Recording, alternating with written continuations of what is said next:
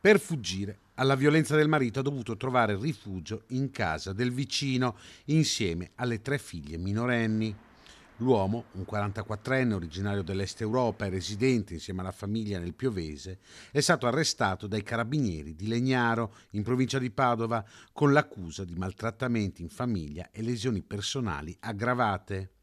L'intervento sabato pomeriggio, quando un uomo ha contattato il 112 chiedendo l'intervento di una pattuglia perché sentiva urla provenire dalla casa dei vicini. Uscendo in cortile, ha trovato la donna e le 3 figlie minorenni impaurite e inseguite dal convivente. Il vicino le ha subito soccorse facendole entrare in casa propria. Giunti sul posto, i militari hanno constatato che la donna presentava una vistosa ferita sanguinante all'orecchio sinistro e graffio al collo. La vittima ha raccontato di essere stata aggredita dal convivente dopo una lite scaturita per futili motivi alla presenza delle 3 figlie.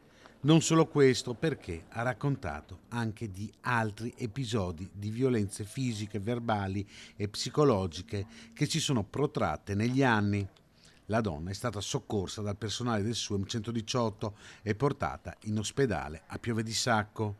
I carabinieri sono andati in casa della coppia trovando il compagno violento ancora lì.